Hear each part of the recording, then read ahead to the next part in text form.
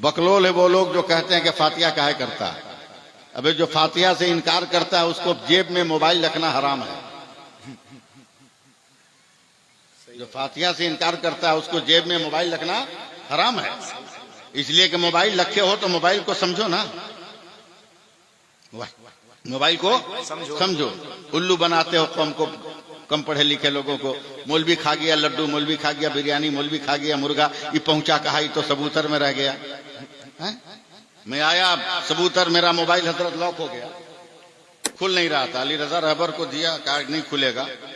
मैंने कहा परेशान हूं, कल का टिकट, परसों का टिकट, जलसे का सब कुछ इसी में माल मटेरियल है। जब तक एक फातिहा के इनकार करने वाले ने कहा मौलाना ये मेरा मोबाइल है, इससे बात कर लो अपने बेटे से। मैंने कहा उसका नंबर भी इसी में था, निकल नहीं रहा है। तब वो बोला कि काम करो कलकत्ता चिट्ठी लिखो, मैं आपके प्रोग्राम का डिटेल मंगा लूंगा। मैंने अटैची खोली, लेटर पैड निकाला, खत लिख दिया बेटे का नाम। मुझको लेकर गया कटिहार शहर में एक साइबर कैफे में, और फैक्स मशीन में मेरा लेटर डाल के बोलता है आपका नंबर। तो मैंने बता दिया मेरा फैक्स नंबर ही है। 2 मिनट के बाद खड़खड़ खड़खड़ खड़खड़ खड़खड़ आ गया ये स्क्रीन पे, ओके। कागज अंदर गया था, बाहर निकल आया।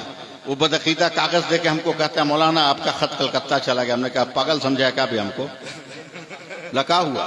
बोले जो कागज तू उनको दिए थे वो तो रिटर्न आ गया, ये दिए थे मेरे पास है, ये चिट्ठी मेरे पास, ये लेटर मेरे पास, ये मीटर मेरे पास, ये लेटर है मेरे पास, ये कलकत्ता गया कहाँ? तब वो सट ठोक कर कहता है मौलाना मौलाने रह जाओगे, साइंस बड़ी तरक्की कर गई। हमने कहा क्या किया? बोला ये देख फैक्स नाम है इसका, लेटर यहीं रहता है, मीटर चला जाता है, जिस्म यहीं रहता है, रूह चली जाती है, वजूद यहीं रहता है, अक्स चला जाता है। ये साइंस का कमाल है। हमने कब हमारी फातिहा खानी भी समझ में आई। अबे वो भी फैक्स है, लड्डू सबूतर में रहता है, सबाब करबला चला जाता है, शिरनी यहाँ रहती है और सबाब अजमेर चला जाता है। बोलो ना सुभान अल्लाह। ये तो अपनी अपनी सोच की बात है। तू भरोसा कर साइंस की मशीन पर, हम भरोसा करेंगे अताए रहमतुल लिल आलमीन पर। थोड़ी सी सिर्फ तवज्जो दीजिए, तकरीर तो हम लोग कर ही लेंगे मगर पैगाम सुने। तो आजकल देखते हैं बारात में इमाम साहब जरूर जाते हैं, ज्यादा खुश मत होंगे इमाम। आप मजबूरी में बारात जा रहे हो, खुशी खुशी लड़का वाला नहीं ले गया आपको, वो टेंशन में आपको ले गया। इसलिए कब हर बेटी वाला अपनी बेटी को रुखसती के वक्त कुरान देता है, तो लड़के का बाप तो इस टेंशन में है कि कौन लेके आएगा वहां से कुरान को। इसलिए मस्जिद के इमाम को लेके जाता है कि कम से कम ये तो कुरान उठा के ले आएंगे। अबे जब इतना ही तुमको भरोसा है कि इमाम पाक साफ होता है, तो काहे नहीं इमाम की तरह पाक को साफ होकर कुरान को अपने हाथों पे उठा लेते हो? अरे क्या जिद्दत है, अरे माशाअल्लाह, क्यों नहीं उठा लेते? मैं हजरत की दुआ का मोहताज। एक मुसलमान इंतकाल किया, सुनिएगा ना, है? मैं बहुत चीर फाड़ के बोलने का कायल नहीं हूं, और चीर फाड़ भी सकता हूं, समझे। हवा में बोल के निकल सकता हूं, मगर मैं नहीं, आंख बंद करके तकरीर नहीं करता, आंख खोल के तकरीर करता हूं और दिल के दरवाजा खोलने की कोशिश करता हूं। इंतकाल कर गया, सुन्नी है, मिट्टी दी गई, मिट्टी दी गई, लोगों ने फातिहा पढ़ी, दुआ मांगी गई। दुआ मांगने के बाद चेहरे पे हाथ फेरा ना, तो जितना आदमी हाथ उठा के मुंह पे रखा, कोई मुंह पर से हटा नहीं रहा। 5 मिनट 10 मिनट जो पढ़ा लिखा आदमी था जरा सा गैप किया कि सिर्फ हम या और कोई है। देखा कब्रिस्तान में जितने मुसलमान हैं सब मुंह पकड़े हुए। बगल वाले को क्यों नहीं मारा? बोला मुंह काहे पकड़े? बोला तू काहे पकड़ा है? बोला हम तो टेंशन में पकड़े हैं। बोला कैसा टेंशन? बोला रब्बे काबा की कसम, न गुलदान छुआ, न फुलदान, न अतरदान, न लोबान, न अगरदान, मगर मेरे हाथ से अजब अजब खुशबू निकल रही। पूरे कब्रिस्तान में हंगामा हो गया, कसम खुदा की मेरे हाथ से भी खुशबू निकल रही। सुभान अल्लाह कह दीजिए ना, खुशबू फैल जाए। हाँ, इसमें अतर लगा लीजिएगा तो ऐसे थोड़ी महकने वाला, इसको झाड़िएगा तब ना महकेगा। उसी तरह जबान थोड़ा बहुत झाड़ते रहिए। बिल्कुल सही। हाँ, लोगों ने कहा मरने वाला तो ऐसा नहीं था कि जन्नत की खुशबू आए। अबे गलती है तुम लोगों की, लगता है अगल बगल कब्र से तुम लोग टच कर गया है। इसकी कब्र से खुशबू नहीं निकल सकती। सबूतर वालों को और से सुनना, एक पढ़े लिखे आदमी ने कहा टेस्ट कर लो ना, कब्र की मिट्टी उठाई तो उसी की कब्र से खुशबू निकल रही। बोला ये कैसे होगा, ये तो परमानेंट जुमा भी नहीं पड़ता था,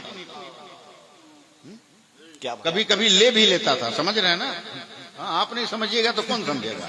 इसी में तो तबाह हो, इसी में तो तबाह हो। तलाक दोगे बीवी को 3 आके पूछोगे मुफ्ती साहब से, नशा में तलाक दे दिया, हो गई है। मुफ्ती साहब तो बड़े आलिम है, अंग्रेज से मौलवी से टकराओ तो हम बत्ती जलवाते तुमको दिन में।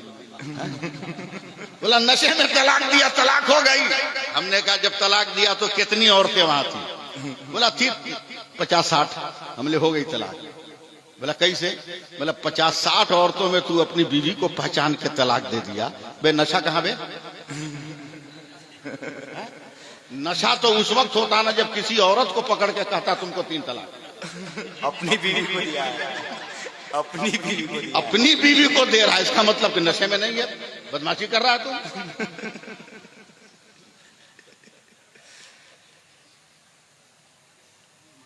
ऐसे ही खतरनाक दौर में ये उलमा काम आते हैं। इस लफ्ज पे सुभान अल्लाह को। अरे यार आप लोग जिंदा हो तो बोलो ना। उलमा काम आते हैं। एक आलिम आगे बढ़े, बोला सुन, मुसलमान से बदगुमानी जायज नहीं। बोला क्या मतलब? बोला अल्लाह हमारा गफूरुर रहीम भी है, अरहमुर राहिमीन भी है, लम्हों में बंदों की खता माफ करता है। ये 3 महीना से नजर नहीं आ रहा था गांव में, कहीं तौबा करके अंडरग्राउंड कोई इबादत तो नहीं कर रहा था। क्या बात, बदगुमानी क्यों? लम्हों में जब अल्लाह खता माफ फरमाता है, क्या बात, तो जहन्नमी को जन्नती नहीं बना सकता। नुक्ता देखे माशाअल्लाह। सुन रहे हैं ना आप लोग? सुनिए। आलिम ने कहा एक काम कर, ज्यादा नुक्ता चीनी मत कर, चल इसके घर और चल के तहकीक कर लेते हैं। पूरा गांव के लोग आए, उस मरने वाले के दरवाजे पे 10 तौकीर इलाहाबाद। एक नौजवान लड़की ने दरवाजा खोला, आइए एकदम रंग में आइएगा। क्या है मौलाना, क्या है इमाम साहब? बोला बेटी एक बात बता, तेरा बाप मरने से पहले कौन सी इबादत करता था? ऐसा खूंखार नजर से वो देखी ना कि मौलाना हिल गए। बोला दिमाग ठिकाने है? मेरा बाप और नेकी, मेरा बाप और पुण्य। क्या मौलाना मेरे बाप से भी बड़ा पापी इस रुए जमीन पर कोई देखा आपने?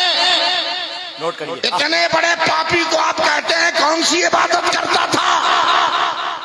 क्या मौलाना दिमाग ठिकाने नहीं आपका?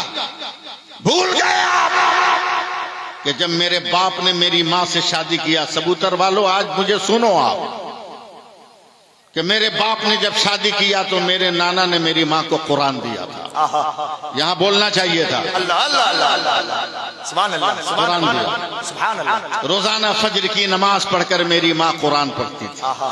मेरा बाप शराब के नशे में आता था, हिलता डोलता। जैसे ही मां को देखता कुरान पढ़ रही है, बाल पकड़ के घसीट के आंगन में लाता, लातों मुक्कों से मारता, मार के थक जाता। मगर कभी मौलाना कसम खुदा की मेरी मां ने अपने जालिम शौहर के लिए बद्दुआ नहीं किया, बद्दुआ नहीं किया।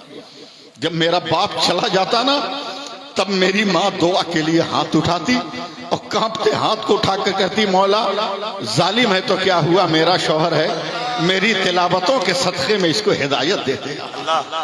अरे नहीं बोलोगे तो फिर बात नहीं बनेगी। मैं जानता हूं कि आपके मिजाज के खिलाफ हो रहा है। अब धाए धाए धू धू सुनना चाहते हो, मैं वो बोलूंगा नहीं, जो सुना रहा हूं सुनना होगा।